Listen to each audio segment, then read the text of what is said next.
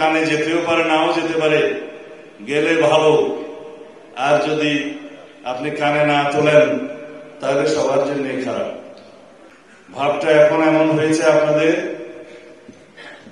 সমস্ত উপদেষ্টারা, মাননীয় উপদেষ্টারা মনে করছেন বাংলাদেশটা পুরোটাই বোধহয় তাদের কথায় উঠবে এবং বসবে। তারা মন যা চায় তাই সিদ্ধান্ত নেবে এবং আমাদেরকে মেনে নিতে হবে। আপনারা যে রাস্তায় হাঁটছেন সেটা অত্যন্ত অগণতান্ত্রিক পন্থায় হাঁটছেন। আপনারা কথা বলছেন গণতন্ত্রের বিপরীত ভাষায়, আপনারা কাজ করছেন আইনের শাসনের বিরুদ্ধে। একটি উদাহরণ দিয়ে কথা বলি। ঢাকার রাজপথে নগর ভবনে আজকে কয়েকদিন যাবৎ জনগণ ঢাকা নগর ভবন তালাবদ্ধ করে রেখেছে, চতুর্দিক থেকে তারা ঘেরাও করে রেখেছে। আলটিমেটাম দিয়েছে স্থানীয় সরকার উপদেষ্টাকে যে আদালতের রায়ে যিনি মেয়র ঘোষিত হয়েছেন জনাব ইঞ্জিনিয়ার ইশরাক, ইলেকশন কমিশন যার নামে গেজেট প্রকাশ করেছে আদালতের রায় মেনে, তাকে আপনারা শপথ গ্রহণ করাবেন না। বিভিন্ন রকমের কলা কৌশল করছেন। তাইলে কি এটা আইনের শাসন হলো? আইন আদালতের শাসন হলো? আমরা কিসের শাসনের জন্য অপেক্ষা করছি? আইনের শাসনের জন্য।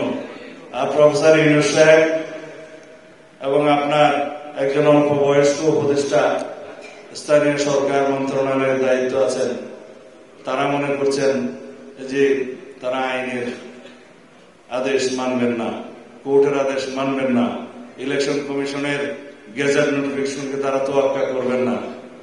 তাহলে গণতন্ত্রের বিপরীতে আপনাদের যাত্রা হলো। আমরা সবসময় আপনাদেরকে সহযোগিতা করেছি।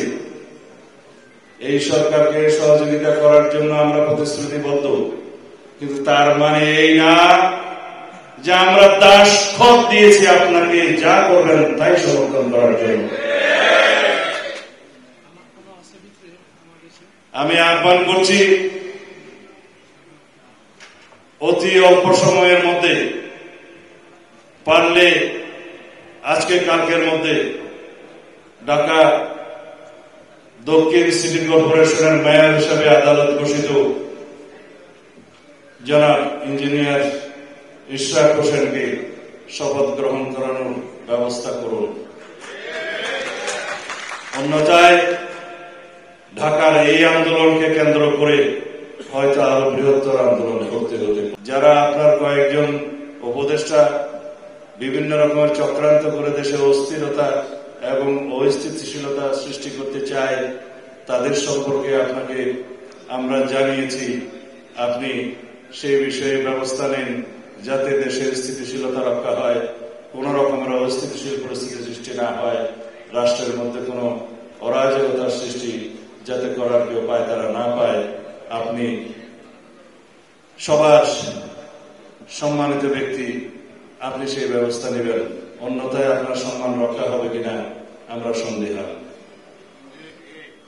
কথাগুলো খুব নরম ভাষায় বললাম, সেজন্য মাননীয় প্রধান উপদেষ্টা খুব নরম ভাবে নেবেন, আশা করি সেটা হবে না। আপনি যত শিগগির সম্ভব বাংলাদেশ, বলছি নরম ভাবে, মাননীয় প্রধান উপদেষ্টা হয়তো